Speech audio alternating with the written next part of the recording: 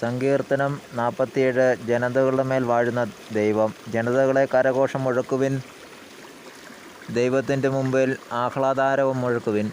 അത്യുന്നതനായ കർത്താവ് നീതിമാനാണ്, ഭീതിതനാണ്, അവിടുന്ന് ഭൂമി മുഴുവൻ്റെയും രാജാവാണ്.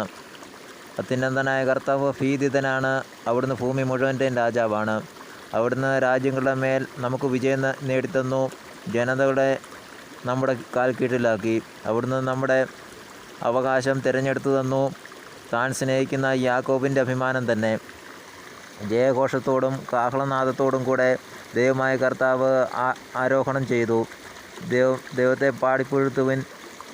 പാടിപ്പുകഴ്ത്തുവിൻ, സ്തോത്രഗാനങ്ങൾ ആലപിക്കുവിൻ.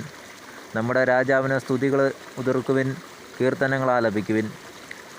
ദൈവം ഭൂമി മുഴുവൻ്റെയും രാജാവാണ്. സങ്കീർത്തനം കൊണ്ട് അവിടുത്തെ സ്തുതിക്കുവിൻ. ദൈവം ജനതകളുടെ മേൽ വാഴുന്നു, അവിടുന്ന് തൻ്റെ വിശുദ്ധ സിംഹാസനത്തിലിരിക്കുന്നു. അബ്രാഹത്തിൻ്റെ ദൈവത്തിൻ്റെ ജനത്തെപ്പോലെ ജനതകളുടെ പ്രഭുക്കന്മാർ ഒരുമിച്ച് കൂടുന്നു. ഭൂമിയുടെ രക്ഷാകവചങ്ങൾ ദൈവത്തിന് അധീനമാണ്, അവിടുന്ന് മഹോന്നതനാണ്. ദൈവമായ കർത്താവിന് സ്തോത്രം.